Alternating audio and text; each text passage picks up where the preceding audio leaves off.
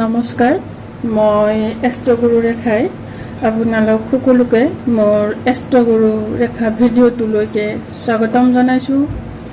আজি মই আপোনালোকলৈ যিটো টপিক আগবঢ়াব লৈছোঁ সেইটো এটা ধাৰ্মিক টপিকেই নহয়, এটা বৈজ্ঞানিক ভেলু থকা এটা মন্ত্ৰ, যি আমাৰ জীৱনত বহুত ধৰণৰ প্ৰভাৱ পেলাব পাৰে। সেয়া হৈছে আমাৰ সকলোৰে জনা শুনা গায়ত্ৰী মন্ত্ৰ।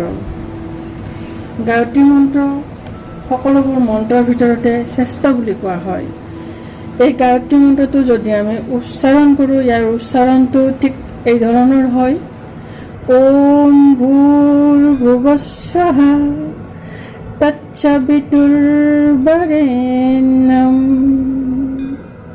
ভৰ্গো দেবস্য ধীমহি ধিয়ো য়ো নঃ প্ৰচোদয়াৎ।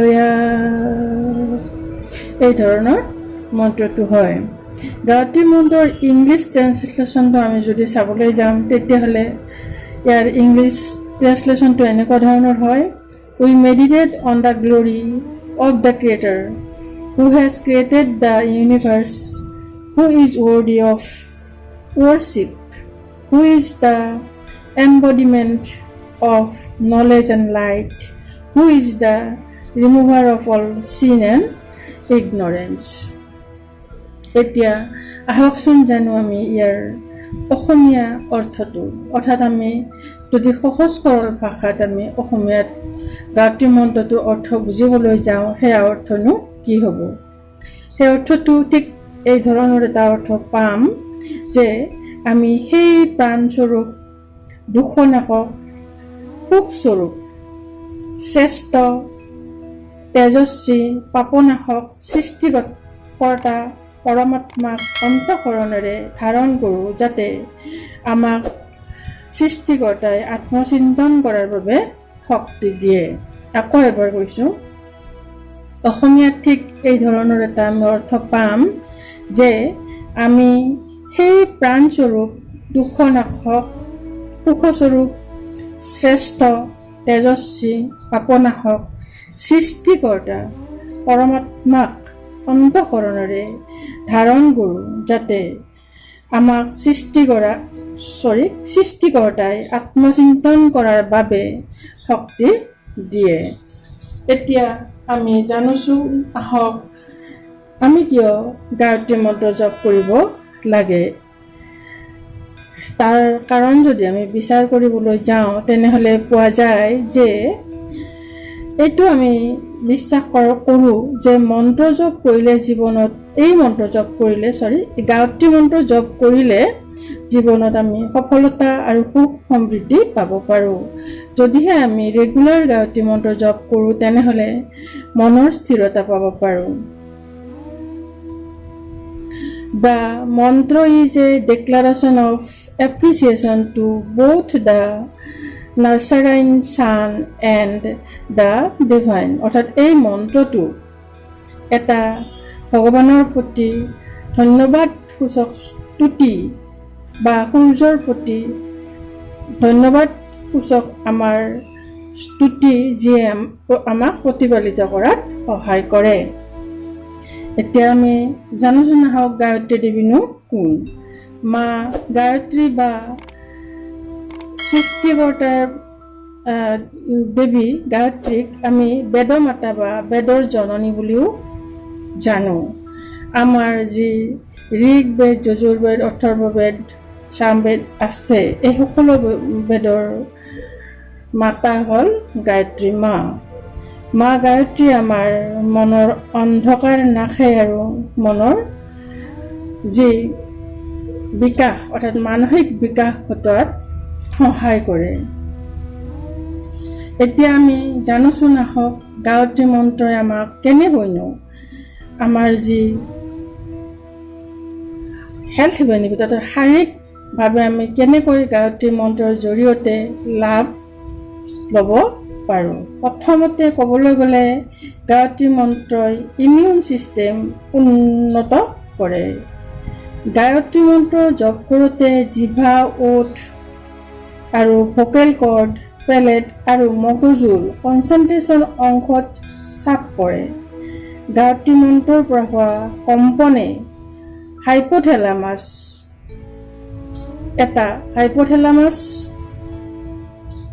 এটা ব্ৰেইনৰ অংশ, অৰ্থাৎ হাইপোথেলামাছ বুলি যিটো ব্ৰেইনৰ অংশ থাকে, সেই ব্ৰেইনৰ অংশটোক কৰ্মক্ষম কৰি তোলে, বেছি কাৰ্যক্ষম কৰি তোলে। এই গ্লেণ্ড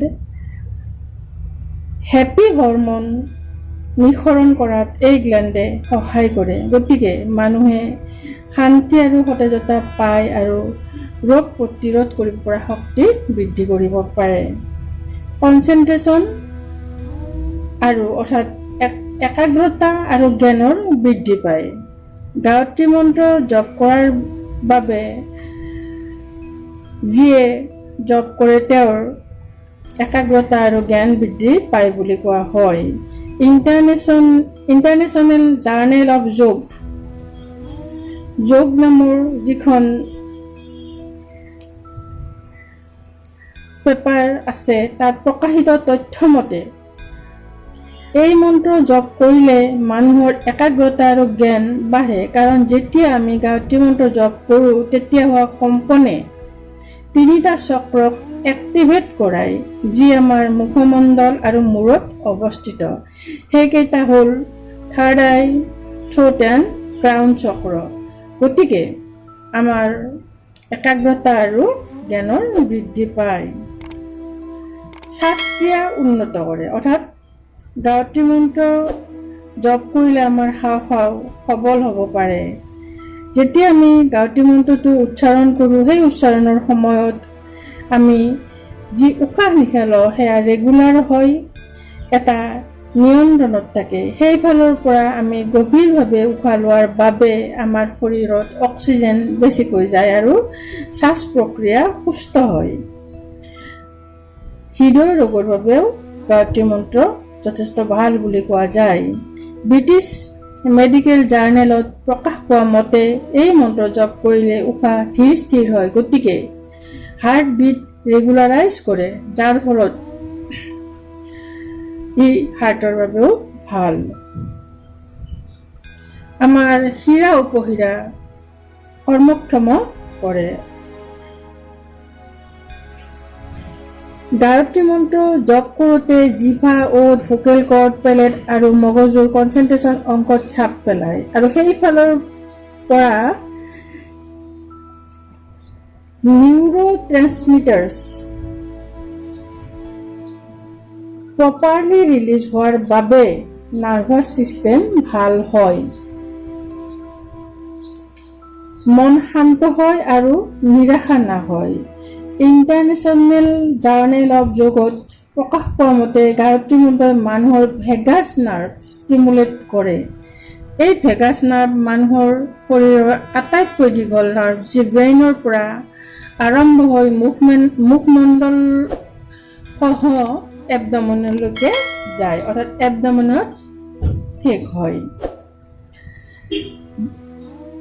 এই যিটো ভেগাছ নাৰ্ভ, এই ভেগাছ নাৰ্ভবিলাক যদি ষ্টিমুলেট কৰা যায় তেনেহ'লে তাৰ পৰা ডিপ্ৰেশ্যন আৰু এপিলেপচিৰ এটা ভাল ট্ৰিটমেণ্ট হয়, কাৰণ এইটোৱে এপিলেপচি আৰু ডিপ্ৰেশ্যনৰ কমন ট্ৰিটমেণ্ট। এই দৃষ্টিভংগীৰ পৰা গায়ত্ৰী মন্ত্ৰৰ জৰিয়তে হোৱা কম্পনে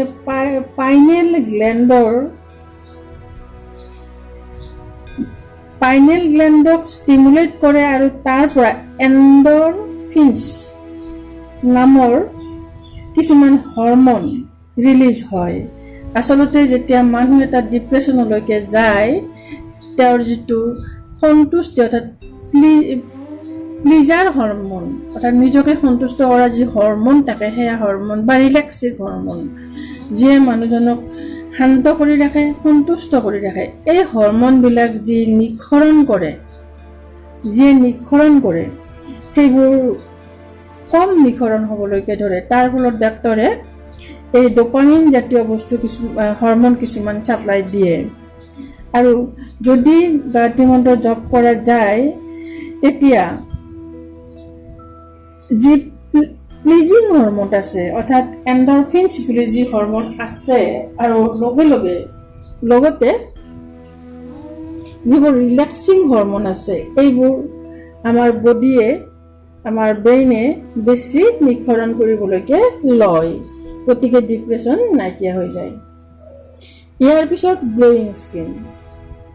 আচৰিত কথা যে গায়ত্ৰী মন্ত্ৰৰ জৰিয়তে আমি গ্ল'য়িং স্কিনো কিছু পৰিমাণে পাব পাৰোঁ। আমি বিভিন্ন ধৰণৰ ফেচ মাস্ক হওক বা ফেচিয়েল কিছুমান মেছাজ হওক, এই ধৰণৰ কাম কৰি থাকোঁ, কিন্তু গায়ত্ৰী মন্ত্ৰৰ জৰিয়তে যি কম্পন হয়, সেই কম্পনে কিছুমান মুখমণ্ডলৰ ভাইটেল পইণ্ট ষ্টিমুলেট কৰে, যাৰ ফলত তেজৰ সঞ্চালন বৃদ্ধি পায়, টক্সিন ওলাই যায়। অন্যহাতে গভীৰ উশাহ নিশাহৰ ফলত অক্সিজেনেট হয় আৰু য়ংগাৰ লুকিং স্কিন এখন হোৱাত সহায় কৰে। হাঁপানিৰ বাবে মন্ত্ৰ জপ কৰাৰ সময়ত কম সময়ৰ বাবে গভীৰভাৱে যদি উশাহ লোৱা যায়, তেতিয়াহ'লে হাওঁফাওঁ শক্তিশালী হয়, অৰ্থাৎ কম সময়ৰ বাবে হ'লেও যি উশাহ লোৱা যায় সেয়া উশাহ গভীৰ হয়, যাৰ ফলত হাওঁফাওঁ আমাৰ শক্তিশালী হ'ব পাৰে। গতিকে এজমা ৰোগীসকলৰ বাবেও গায়ত্ৰী মন্ত্ৰ যথেষ্ট উপকাৰত আহে। গতিকে আমি নিশ্চয় গম পালোঁ, আজিকালিৰ যুগত কেৱল এই মন্ত্ৰবিলাকক মন্ত্ৰ হিচাপেই ধৰি থকা নাই, ইয়াৰ ওপৰত দেশে বিদেশে বহুত ৰিচাৰ্চ হৈছে আৰু তাৰ পৰা আমি বহুত কিছুমান তথ্য পাওঁ। সেয়েহে আমাৰ ইণ্ডিয়াৰ যি গায়ত্ৰী মন্ত্ৰই হওক বা অন্য মন্ত্ৰই হওক, সেই মন্ত্ৰবোৰ আমি উচ্চাৰণ কৰি আমি নিশ্চয় লাভান্বিত হ'ব পাৰোঁ। অৱশ্যে এটা কথা, গায়ত্ৰী মন্ত্ৰ যদি উচ্চাৰণ কৰে আপোনালোকে সংস্কৃতত কৰিব লাগিব,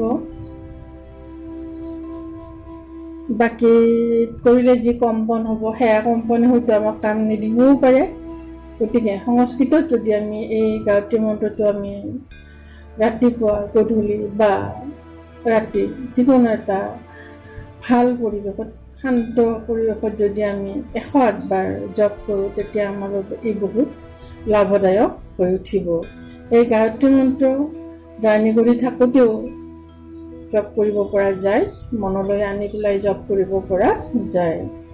এই মন্ত্ৰ জপ কৰাৰ ফলত আমাৰ শৰীৰ শান্ত হ'ব, মন শান্ত হ'ব।